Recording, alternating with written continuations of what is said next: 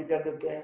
पहला नियम है लॉज ऑफ लिमिटिंग फ्रिक्शन का कि फ्रिक्शन दो सरफेस के बीच में इस तरह से काम करता है ताकि उनके बीच होने वाले रिलेटिव मोशन का अपोज कर सके। जैसे मान लो ये एक बॉक्स है ए और ये एक बॉक्स है बी, और आपने बी पे फोर्स लगाया, जमीन को हम फ्रिक्शनलेस मान रहे हैं, ये फ्रिक्शनलेस है, यहाँ कोई फ्रिक्शन नहीं है, ये हम फ्रिक्शनलेस मान रहे हैं, ग्राउंड जहां रखे हैं फिलहाल उसको हम फ्रिक्शनलेस मान रहे हैं। तो हमने अभी बस हमें यहाँ का फोर्स चेक करना है फ्रिक्शन ए और बी के बीच का। तो एफबीडी अलग से समझाने के लिए बना रहे हैं, पूरा वेट नहीं दिखा रहे एफबीडी में। सुनो, आपने फोर्स लगाया है इस बार बी पर, रिलेटिव मोशन का मतलब होता है कि एक दूसरे के रेस्पेक्ट में जो भी लगे उसका अपोज करेगा। जैसे फोर्स लगा है बी पर, तो बी को क्या लगेगा कि ए किधर छूट रहा है, चाहे ए को क्या लगेगा, ए पे अगर बैठा हुआ है कोई आदमी, आप समझ लो आप ए पे बैठे हुए, ये हवा में नहीं लटका है, हम समझने के लिए बीच में गैप किए ताकि फ्रिक्शन दिखाए। फ्रिक्शन दोनों सरफेस पे लगेगा, ए के भी सरफेस पर, बी के भी सरफेस पे, वो सरफेस दिखा रहा है आपको।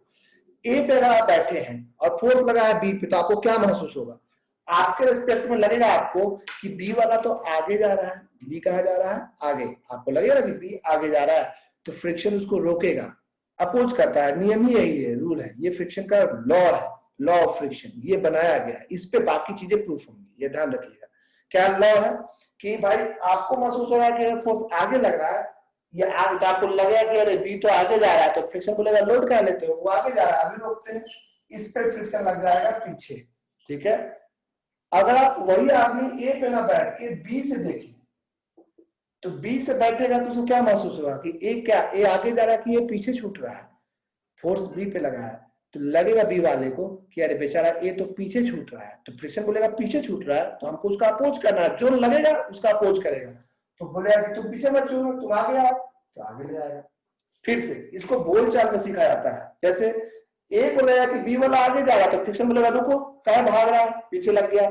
बी को लगा कि ए पीछे छूट रहा है, तो इस पर फ्रिक्शन आगे लग जाएगा। तो देखो दोनों फ्रिक्शन सेम लगा है, एफ एफ फ्रिक्शन सेम लगेगा, एक में पीछे एक में आगे। तो अगर आप नीचे वाला बक्सा को खींचेगा तो ऊपर वाला बक्सा भी धीरे धीरे आगे बढ़ेगा, और इसको कौन आगे बढ़ा रहा है, फ्रिक्शन। इस फ्रिक्शन का इतना औकात है कि इसका एक्सेलरेशन को मेंटेन कर ले तो साथ साथ चलेगा, अगर फोर्स ज्यादा है इसका एक्सेलरेशन को ये मेंटेन नहीं कर पा रहा है, फ्रिक्शन को उतना औकात नहीं है, तो वो गिर जाएगा। वो लोग सवाल में डिस्कस करेंगे, वही चीज आपको दिखाया था।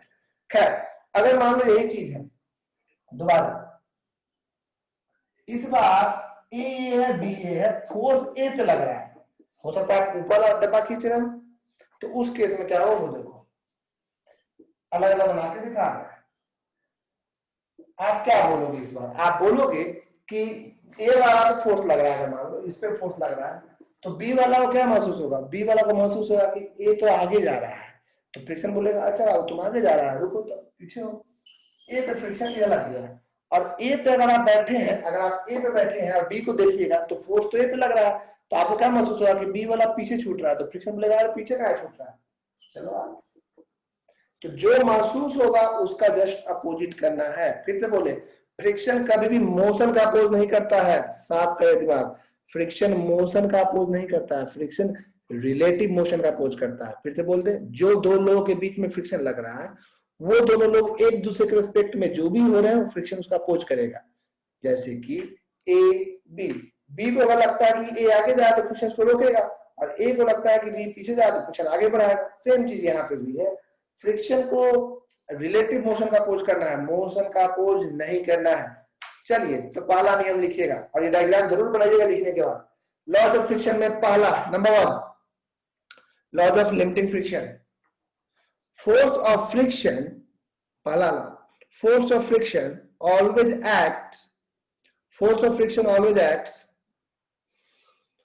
tangentially, force of friction always acts tangentially between two surfaces in contact, force of friction always acts tangentially, force of friction always acts tangentially between two surfaces in contact, force of friction always acts tangentially between two surfaces in contact such that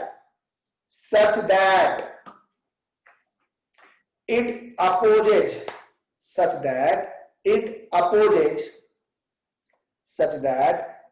opposes the relative motion between them. such that it opposes the relative motion between them. Force of friction always acts tangentially between two surfaces in contact such that it opposes the relative motion between them. पहला law खत्म, ये वाला लिखेंगे नीचे diagram, ये जानना जरूरी है। जिस पे फोर्स लग रहा है आप ऐसे भी रट लेता है, जिस पे फोर्स लग रहा है उस पे पीछे लगेगा, जिस पे नहीं लग रहा वो ऐसे रटिएगा मत, हमेशा याद रखिएगा। ये आपके बोर्ड लेवल तक में तो मैक्सिमम 2 ब्लॉक तक में काम चल जाएगा, लेकिन जहां 3-4 ब्लॉक बढ़ेगा ना उसमें यही कॉन्सेप्ट ध्यान में रखना है। तो इस कॉन्सेप्ट से आप सारा सवाल बहुत ही फुर्ती से बना सकते हैं, कोई दिक्कत नहीं होगा, बहुत फुर्ती से बनेगा। ठीक है, सेकेंड लॉ, ये डायग्राम बना रहे हैं तो बना लीजिए, स्क्रीनशॉट ले रहे हैं वो भी अच्छी बात है, फिर बनाना चाहते हैं तो बना भी ले, ताकि आप बनाइएगा ना तो उसमें ज्यादा क्लियर होता जाएगा आपको फ्रिक्शन। स्कूल में हो गया कई लोग हम मानते हैं, लेकिन जो नॉन स्कूलिंग कर रहे हैं उसको तो मेरे भरोसे सीखना है, स्कूल वालों को भी न्यूमेरिकल सीखना पड़ेगा। स्कूल कितना फास्ट भागता है हमको ही पता है। चलिए ये मिटाने जा रहे हैं। नंबर दूसरा, मेरा सवाल है कि फ्रिक्शन किस चीज पे डिपेंड करता है। जैसे मान लीजिए आपके घर में एक आपका ज्योमेट्री बॉक्स रखा हुआ है, एक बुक रखा हुआ है, बुक को ऐसे उंगली से धक्का लगाइए, बुक बढ़ गया, और वहीं बगल में एक बड़ा सा बॉक्स रखा है, ये ड्रम रखा हुआ है, आपका गोदरेज है घर में। कौशल राज कुछ बोलना चाह रहे हो? एक बार और समझा दें। ओके ठीक है कौशल। कौशल यहाँ पे कुछ नहीं है, यहाँ पे है रिलेटिव मोशन का अप्रोच करना है। मतलब ए और बी है, बी पे फोर्स लगेगा ना तो ए को क्या लगेगा, अगर आप ए में बैठे हैं और बी को कोई खींच रहा है तो आपको क्या लगेगा कि बी वाला आगे जा रहा है, तो फ्रिक्शन इसको रोक देगा, अपोज करेगा, रोकने की कोशिश करेगा, रोकने बात की बात है। और बी में बैठिएगा, फोर्स लगा है बी में, अब बी में बैठ के ए को देखिएगा समझने के लिए, तो आपको क्या लगेगा यार ये आगे बढ़ रहा है, तो आपको क्या लगेगा ए पीछे छूट रहा है, तो बी को लगेगा कि एक पीछे छूट रहा है, तो फ्रिक्शन ए में आगे लग जाएगा। जो लगेगा उसका अपोजिट करना है, महसूस जो भी होगा। ए को महसूस हुआ कि बी आगे जा रहा है तो बी में फ्रिक्शन पीछे लग गया, बी को महसूस हुआ कि ए आगे जा रहा है तो ए पीछे छूट रहा है तो ए में फ्रिक्शन आगे लग गया। जैसे ए पे फोर्स लगा था तो बी को महसूस हुआ कि ए आगे जा रहा है तो ए में फ्रिक्शन पीछे लग गया, और ए को महसूस हुआ कि बी पीछे छूट रहा है क्योंकि फोर्स तो ए पे लगा है तो भी फ्रिक्शन बी में आगे लग जाएगा। महसूस हो रहा है, रिलेटिव मोशन वही होता है, रिलेटिवली उस पर बैठ के देखिए दूसरे को क्या वो क्या कर रहा है। ठीक है, मेरा सवाल था फ्रिक्शन क्या चीज पे डिपेंड करता है। रूल नंबर 2 है, लॉ नंबर 2।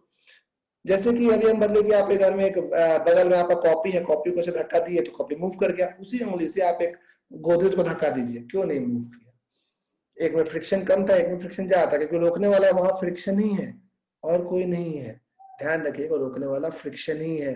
सामने दीवार भी है, अब तो वो खैर वो सब की बात, सामने एक बड़ा सा बॉक्स रखा हुआ है, आप ऐसे लगा रहे हैं उसमें उंगली तो बोल रहे हैं भारी है हल्का, ये सब मत बोलिए, वहां फ्रिक्शन ज्यादा और कम है। तो मेरा सवाल है कि फ्रिक्शन क्या चीज पे डिपेंड किया, मास पे कि वेट पे कि क्या चीज पे, क्या चीज फ्रिक्शन डिपेंड किया? आप अपने अपने मन में जवाब दें। तो देखिए जैसे कि मान लीजिए एक हाथी को खींचना है पूंछ पकड़ के, और एक चींटी को खींचना है उसका चोंच पकड़ के, दिक्कत किसमें ज्यादा होगा? हाथी में, हाथी में फ्रिक्शन ज्यादा है, चींटी में कम है। लेकिन अगर आपसे हम यहाँ पे एक सवाल पूछे कि वही हाथी को खींचना है आपको पूंछ पकड़ के, एक बार हाथी यहाँ पे बैठा हुआ, ये हाथी ये पूंछ पकड़ आप खींचिएगा उसका, ये हाथी, और वही हाथी सेम सरफेस को ऐसे थोड़ा एंगल से झुका देंगे। अब बोले कि इसका पूंछ पाए खींचो, तो कहां पे हाथी को खींचने में ज्यादा आसानी होगा, हॉरिजॉन्टल पे या इंक्लाइंड पे? तो यहाँ पे एक बात ध्यान रखिए, कई लोगों को बोलते हैं कि फ्रिक्शन डिपेंड करता है वेट पे, तो यहाँ पे भी वही वेट है, यहाँ पे भी वही वेट है। यहाँ आप इसको आराम से मूव करवा लीजिएगा, यहाँ पे इसको मूव करवाने में दिक्कत होगा, बल्कि वेट दोनों जगह सेम है। तो यहाँ पे एक समस्या ये है कि फ्रिक्शन वेट पे डिपेंड नहीं किया, सरफेस भी सेम है, बस इंक्लाइंड कर दिए हैं। तो याद रखिएगा फ्रिक्शन ना मास पे डिपेंड करता है ना वेट पे, फ्रिक्शन डिपेंड करता है नॉर्मल सरफेस पे। याद है, नॉर्मल पे, कौन से फोर्स पे? Normal force. हम आपको बताए थे नॉर्मल फोर्स क्या होता है, हम आपको समझाए थे कि जब कोई बॉडी किसी भी सरफेस के कांटेक्ट में रखा हुआ है तो ये बॉडी उस पर फोर्स लगाता है, तो सरफेस भी उसे फोर्स लगाता है, दोनों एक दूसरे पे 90 डिग्री के एंगल पे फोर्स लगाता है। उस फोर्स को हम लोग नॉर्मल फोर्स कहते हैं। नॉर्मल फोर्स, या इसको हम लोग रिएक्शन फोर्स भी कहते हैं। कौन सा फोर्स? Reaction force. तो किसी का वेट कितना ज्यादा है उससे बिल्कुल मतलब नहीं, मतलब इससे है कि किसका नॉर्मल फोर्स कितना है।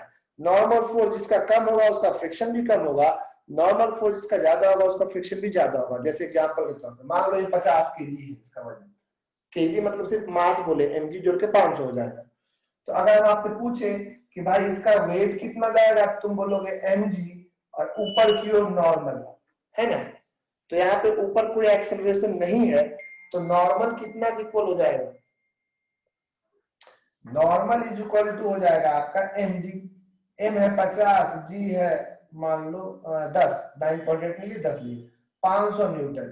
तो यहाँ पे मान लो आपका नॉर्मल है 500 न्यूटन, देख रहे हैं यहाँ नॉर्मल कितना आया 500 न्यूटन। लेकिन अगर यही सरफेस इंक्लाइंड है, मान लो ये एंगल 60 डिग्री है 60, तो आपको इसका अगर हम एफबीडी बनाने बोले तो आप कैसे बनाओगे, आप बोलोगे भैया इसका वेट लगेगा नीचे और नॉर्मल हमेशा 90 डिग्री पे लगता है सरफेस के साथ, नॉर्मल बिल्कुल 90 सरफेस पे। फिर आप बोलेगा भैया आपने तो सिखाए थे कि ये 60 है तो ये भी 60 होगा, ये हम कैसे किए थे बताए हुए हैं। इधर आपको टूटेगा mg cos 60 इंक्लाइंड प्लेन वाला, और इधर टूटेगा mg sin 60। ये इधर आगे बढ़ता है, लेकिन इस डायरेक्शन में तो कोई एक्सेलरेशन नहीं है। इस समय नॉर्मल mg के बराबर था, लेकिन इस बार नॉर्मल कितना के बराबर है देखो तो, नॉर्मल इक्वल है mg cos 60, नॉर्मल इक्वल है mg cos 60। m आपका यहाँ पे 50, g का वैल्यू 10, cos 60 1/2, अगर हम समझाएं इसको तो ये 250 न्यूटन आया।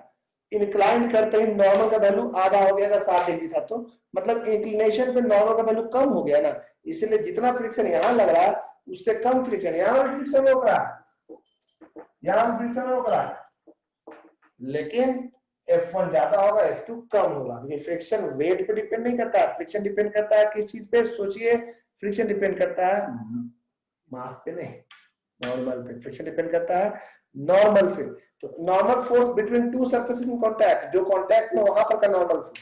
तो लिखिएगा rule number 2, force of friction depends on the force of friction depends on the normal force between two surfaces in contact. Force of friction depends on the normal force between two surfaces in contact. Force of friction depends on the normal force between two surfaces in contact. ठीक है, ध्यान देते हैं। कुछ लोगों ने message किया है क्या? नहीं, ये एग्जाम्पल था इसलिए इसको मिटा रहे हैं। अभी हम लिख रहे हैं, सेकेंड लॉ ही चल रहा है, ध्यान से सुनते चलिए, घबराइएगा बिल्कुल भी मत। तो फोर्स ऑफ फ्रिक्शन जो होता है वो डिपेंड किस पे करता है वो सुनिए। Force of friction is directly proportional to the normal force between two surfaces in contact. F is directly proportional to the normal force, ठीक है। उस हिसाब से F इज इक्वल टू, यहाँ कांस्टेंट लगाना होगा, तो हम यहाँ जो कांस्टेंट लगा रहे हैं, कोई जैसे k लगा देते ना कांस्टेंट, यहाँ कांस्टेंट को एक अच्छा सा यूनिक सिंबल दिया गया है, ग्रीक सिंबल म्यू। ये म्यू m जैसा ही होता है, m को ये स्टाइल में घुमा के m म्यू म्यू, बिल्ली कहता है म्याऊ, ये है म्यू, ठीक है। आप 10th से देखे होंगे। तो F is equal to mu times normal. यहाँ म्यू क्या है, हियर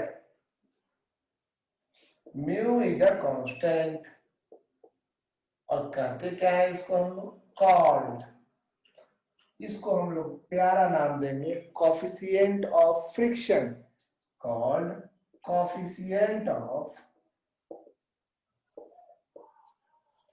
फ्रिक्शन। तो mu is a what, coefficient of friction. तो अब तक आप बहुत फॉर्मूला सुने होंगे, फ्रिक्शन का फॉर्मूला बोलिए क्या होता है। फ्रिक्शन एक फोर्स है, force is equal to mass into acceleration, वो तो होता ही है, लेकिन कहीं फ्रिक्शन लिखा हुआ है तो उसका वैल्यू कितना लिखेंगे, F is equal to mu times normal, friction is equal to mu times normal. उस हिसाब से अगर आपसे हम पूछे कि अगर फ्रिक्शन स्टैटिक है, F मतलब स्टैटिक, तो उस समय म्यू एस लिखेंगे n, और यहाँ पे आपका जो म्यू एस है ना, ये कहला आएगा कोफिशिएंट ऑफ स्टैटिक फ्रिक्शन।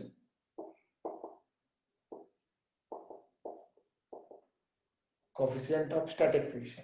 अगर एफ के लिखेंगे तो ये हो जाएगा म्यू के टाइम्स नॉर्मल, और यहाँ म्यू के हो जाएगा आपका कोफिशिएंट ऑफ काइनेटिक फ्रिक्शन, उसी तरह से कोफिशिएंट ऑफ रोलिंग फ्रिक्शन भी होगा। एक बात ध्यान रखिएगा, सबसे बड़ा स्टैटिक होता है कोफिशिएंट, उसके बाद रोलिंग है काइनेटिक, और सबसे छोटा होता है रोलिंग। तो ये सेकंड लॉ में इतनी बातों को लिख लीजिए जल्दी से। तब थर्ड और फोर्थ लॉ। आज का सेकंड मीटिंग हम विरोधाभास में, क्या सेकंड बैच के तो कई बच्चों ने ऐसे ही पेमेंट नहीं किया है, वो तो कितने दिन से डेमो पे डेमो किए जा रहे हैं। सेकंड का बैच आज नहीं लेंगे हम अपनी ओर से, क्योंकि हम किसी बच्चे को तो हटा नहीं सकते हैं फी के लिए, कभी नहीं। ऐसा करेंगे तो खुद की नजरों में गिरेंगे। लेकिन बच्चे हमसे बोल भी नहीं रहे, रात में कुछ समय भी नहीं दे भैया इतने दिन, तो हम इसलिए आज सेकंड बैच नहीं लेंगे, आज ले लेंगे, अगले दिन से लेंगे।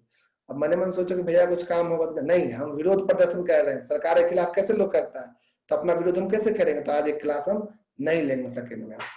और दूसरा कारण ये भी है कि आप न्यूटन लॉ सीख रहे हैं और फ्रिक्शन सीख रहे हैं, तो नहीं विरोध है, ये कुछ भी कोई कारण नहीं है।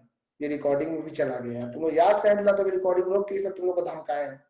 तो आज हम सेकंड बैच नहीं लेंगे, मतलब जो सेकंड बैच जिनका छूटा हुआ है वो, उसी में ज्यादातर बच्चे पूरा। अब कितना लोग को रिमूव करते रहे, कोई रेगुलर है कोई नहीं है। इन शॉर्ट टोटल 50 या 52 बच्चे ही हैं जो कि पढ़ने वाले हैं, 52, और ग्रुप में ज्यादा लोग हैं। खुद से भी लेफ्ट नहीं कर रहा है कुछ लोग, और कुछ लोग धमकी के बाद लेफ्ट करेगा। आज भले ही बोले अगर आप पढ़ने वाले और पढ़ रहे हैं तो पैसे कोई समस्या नहीं है, उसके लिए चिंता नहीं करना। नेक्स्ट रूल नंबर 3, इसको हम मिटा रहे हैं।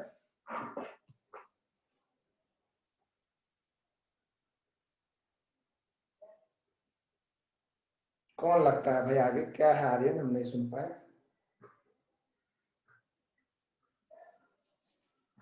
ये कॉफिशिएंट वही होता है जो आगे लगता है। हाँ, तो ये कॉफिशिएंट हुआ जो आगे लगता है, बिल्कुल उसका कॉफिशिएंट जो फ्रिक्शन के, उसका नाम दे दिया कॉफिशिएंट ऑफ फ्रिक्शन। कांस्टेंट कुछ नाम तो देना था। हाँ, वही वर्ड है ये। ठीक बोले आर्यन आप, शायद जो बोले वो समझे, तो आप कुछ और बोलना चाह रहे हो तो पता नहीं। फ्रिक्शन का फॉर्मूला याद कर ले, mu times normal, F is equal to mu times normal. एक छोटा सा सवाल जवाब दीजिएगा आप हमको बहुत ही ध्यान से, और ये मन में ही जवाब देना है। घर के अगल बगल कोई भाई बहन बैठे हैं तो उनसे बात करते हुए उनको बताइए, उनसे भी पूछिए जो सवाल पूछ रहे हैं, हम तो सुनने वाले नहीं है। आप हल्ला होगा ना, ऑफलाइन मोड में तो अलग बात है। हाँ, मान लीजिए आपके पास एक गोदरेज है जो कि सब घर में लगभग होता है, अलमीरा है, जो भी है। ये गोदरेज ऐसा है कि इसमें पाया नहीं है, वो जो लगता है ना छोटा सा वो पैर जैसा कुछ, वो इसमें पूरा जमीन में पूरा टच है। और एक और गोदरेज आपके पास जिसमें इस तरह से 2 स्टील बॉडी का जो भी है सरफेस का बना हुआ है गोदरेज के साथ ही, दोनों में सेम अमाउंट ऑफ कपड़ा है, दोनों का वेट सेम है, दोनों का वेट एकदम सेम है। अगर हम इसको खींचेंगे, इसको खींच रहे हैं हम, इसमें 200 न्यूटन लगाए, इसमें भी 200 न्यूटन लगाए, नहीं मूव किया। हम इसमें 300 नहीं मूव किया, ठीक है। हम जैसे ही 300 न्यूटन इसमें किए, ये वाला फ्रिक्शन इसको रोक दिया। 200 में तो 200 रोका था ये, हम इसको 300 बढ़ाया तो ये भी 300 लगा दिया। लेकिन हम 301 जैसा ही लगा ये चलने लगा, 301 नहीं लगाया, यानी ये मैक्सिमम कितना औकात था इसका रोकने का, 300।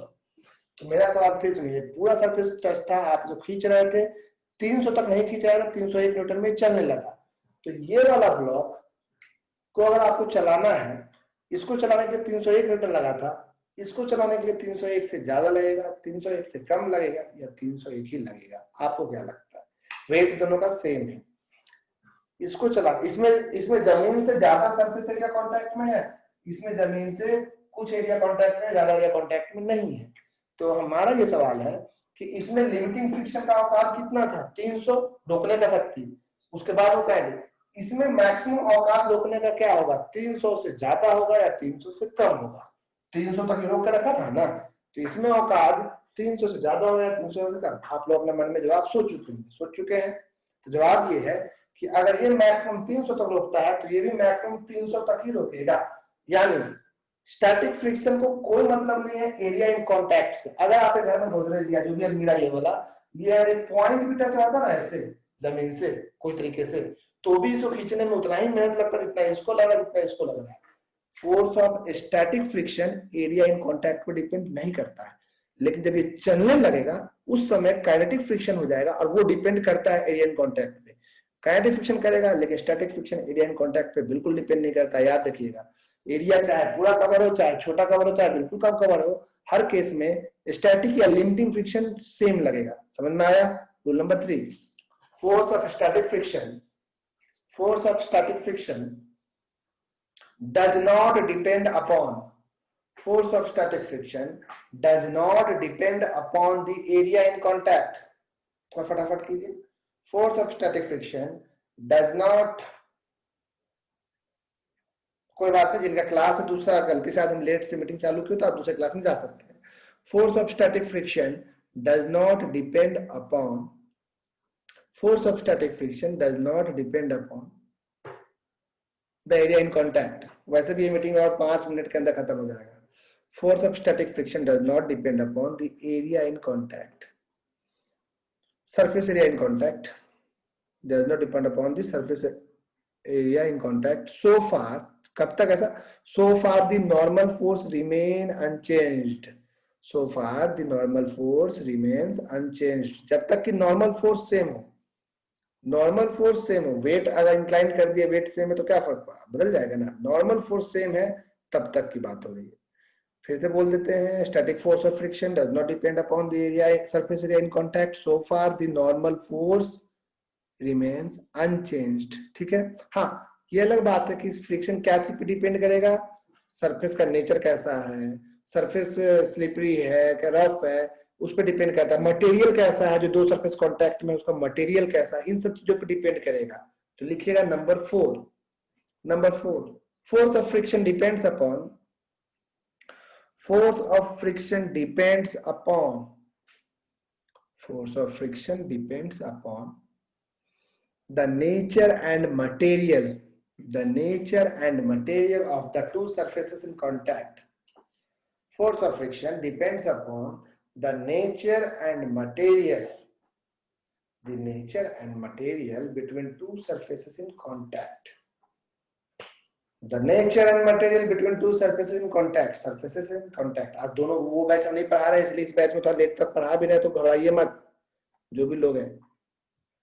does not depend upon the nature and surface material, क्या बोले थे, force of friction कुछ हम बोल रहे थे, depends upon the nature and material of the two surfaces in contact। okay, next, ये चार ही लॉ है फिलहाल के लिए, बेसिक इतना समझ में आ गया आपको। इन चारों को एग्जाम में आना तय है फिक्स। फ्रिक्शन का एक ही फॉर्मूला है, म्यू टाइम्स नॉर्मल। फ्रिक्शन खुद एक फोर्स है, मेन फॉर्मूला तो force is equal to mass into acceleration है ही। तो फिलहाल आपको हम पहला सवाल दे रहे हैं, एक सवाल सीखिएगा तभी बहुत सारे सवाल बनेंगे। सब तैयार हो जाइए कॉपी पेन के साथ, आपके कंप्यूटर स्क्रीन पे केबीसी खेलने के लिए आप तैयार हैं। लाइफलाइन आपके पास बहुत ज्यादा है।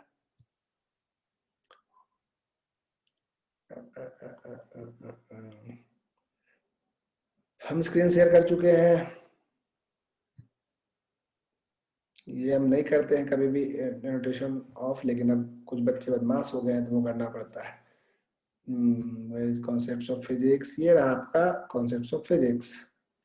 खुल जा भाई, परेशान ना कर वर्मा जी। मेरे ख्याल से लेक्चर नंबर 6 फ्रिक्शन में आ गए हम लोग। देखो ये फ्रिक्शन है, मस्त है चैप्टर, बहुत मजा आने वाला है। ये रहा पहला सवाल, चलिए फटाफट हमको बनाइए क्वेश्चन नंबर 1। जिनसे बन जाए व्हाट्सएप पे भेजेंगे। क्वेश्चन नंबर 1, होमवर्क में फिलहाल आपको ज्यादा नहीं बनाना है, आपको होमवर्क में सिर्फ 1 से लेके 11 तक है, 1 to 11। पहला पहले बनाइए, नंबर 1 भेजिए।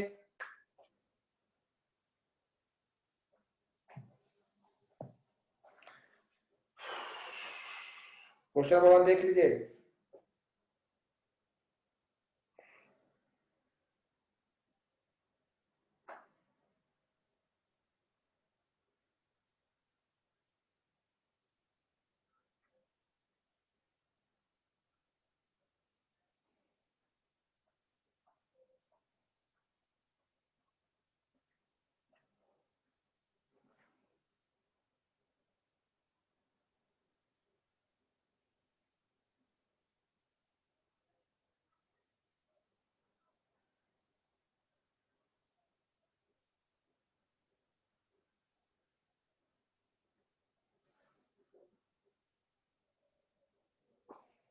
कोई बात नहीं, नॉर्मल फोर्स और टेंशन ढंग से नहीं समझ में आया तो फिर समझाएंगे, चिंता नहीं करना है, हमें आया है ही क्यों, मेरा और काम ही नहीं है, यही मेरा काम है।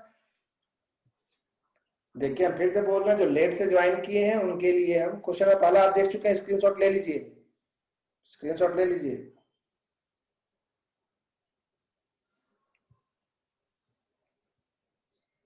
जो भी लेट से ज्वाइन किए हैं उन सबको हम फिर से समझा दें कि आपको पढ़ाएंगे जो छूटा है पीछे का, बिना उसके आगे आपको समझ में नहीं आएगा। चाहे वो ऑफलाइन मोड हो जाए तो हम अलग से क्लास दे के भी खत्म करेंगे वो सब वेक्टर, तो आपको वो है ही सारा का सारा वीडियोज में। जो नहीं समझ में आपको पूछिए, लेकिन आपको थोड़ा मेहनत करना हो कि आप थोड़े लेट हैं, थोड़े लेट है, इसे थोड़ा मेहनत तो करना पड़ेगा। बात समझ में आ रहा है ना, तो कंफ्यूजन क्रिएट हो तो थोड़ा मेहनत तो करना पड़ेगा।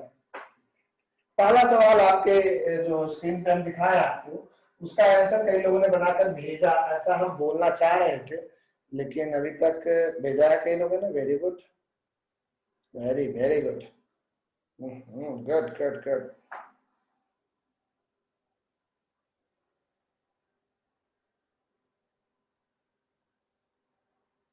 देखिए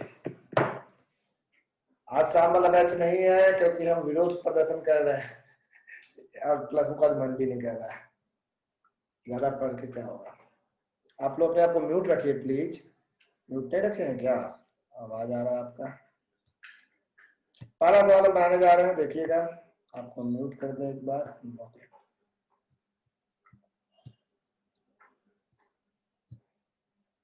क्वेश्चन क्या है, पहला क्वेश्चन है कि body slipping on a rough horizontal plane moves with a deceleration of 4 metre per second square, what is the coefficient of kinetic friction between the block and the plane. देखिए बड़ा मजेदार सवाल, ये ब्लॉक स्लिप कर रहा है, मतलब ये चल रहा है कहीं सरफेस पे, स्लिप कर रहा तो धक्का दिया। एक बात हम आपको पिछले लिफ्ट में भी समझाए थे, लिफ्ट में मतलब लिफ्ट के प्रॉब्लम में समझाए थे। क्या समझाए थे ये बताइए। हम ये समझाए थे लिफ्ट के प्रॉब्लम में कि अगर मान लीजिए कोई भी गाड़ी या बाइक जा रहा है इस साइड में लेकिन ब्रेक लग रहा है उसमें, या डिसलरेट कर रहा है तो एक्सेलरेशन लगेगा इस साइड में। तो ये जा इधर रहा है लेकिन इधर साइड एक्सेलरेशन लगेगा। क्यों लगेगा एक्सेलरेशन, जा इधर आए तो क्योंकि ये डिसलरेट हो रहा है, नेगेटिव एक्सेलरेशन। इसका वेट लगेगा mg, नॉर्मल लगेगा n, ये जा इधर रहा था तो इधर साइड इस पे लगेगा फ्रिक्शन, इस सरफेस पे ऊपर वाले अपोजिट फ्रिक्शन लगेगा, लगेगा ना, वो आगे बढ़ा तो फ्रिक्शन लगेगा। ये बताइए इस बॉक्स पे इस डायरेक्शन में कौन कौन, ऊपर में तो इधर कोई एक्सेलरेशन नहीं है और इधर कोई एक्सेलरेशन ना होने की वजह से normal is equal to mg। कैसे लिख दिया normal is equal to mg, क्योंकि फोर्स इज इक्वल टू होता है मास इनटू एक्सेलरेशन। दो फोर्स है, एक को प्लस एक को माइनस, तो तुम लिखोगे n माइनस mg, और चूंकि y डायरेक्शन में कोई एक्सेलरेशन नहीं है तो इज इक्वल टू 0, तो n बराबर mg। अब x डायरेक्शन में since force is equal to mass into acceleration, इस लाइन में x में एक ही फोर्स है, वो कौन सा फोर्स है, फ्रिक्शन, इधर तो कोई फोर्स है ही नहीं, तो फोर्स की तरह लिखेंगे friction is equal to mass into acceleration. Friction का फॉर्मूला क्या बताया बताओ, और चूंकि ये कौन सा फ्रिक्शन है, बॉडी चल रहा है इसलिए काइनेटिक फ्रिक्शन, म्यू ए करके फ्रिक्शन फॉर्मूला होता है mu times normal is equal to m into a, mu kinetic.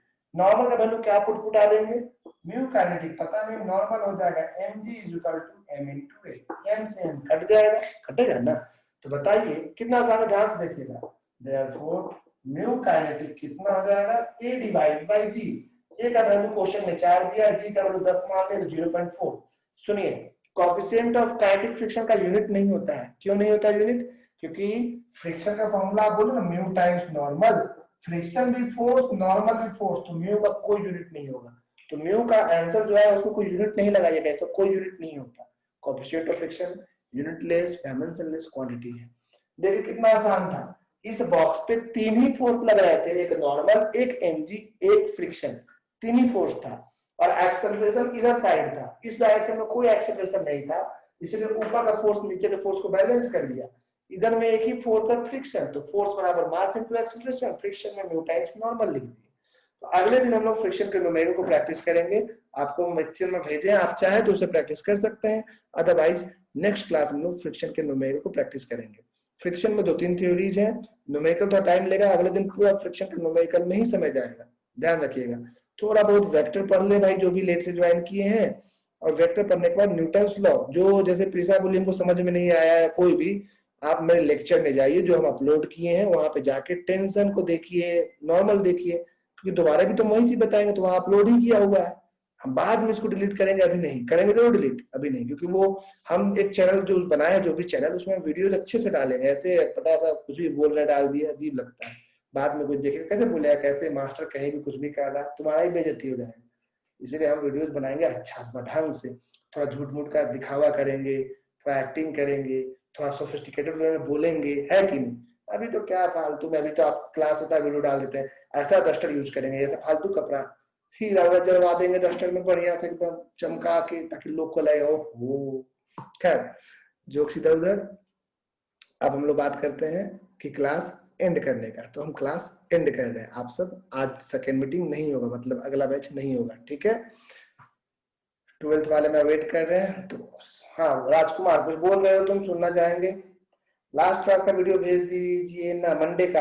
Rajkumar Monday कब था, आज क्या है, वेडनेसडे। मंडे का वीडियो हम अपलोड किए राजकुमार, लेकिन एक वीडियो के बाद दूसरा वीडियो पता नहीं, मेरा जियो फाइल अभी भी, मेरा जियो फाइल जो है ना काम नहीं कर रहा है, बल्कि इसमें 50 GB का डाटा है, पता नहीं क्या हो गया क्या नहीं हो गया, काम ही नहीं करता है यहाँ पे। और ये फोन से कनेक्ट कर रहा है तो भी कल नहीं काम हो रहा था इससे।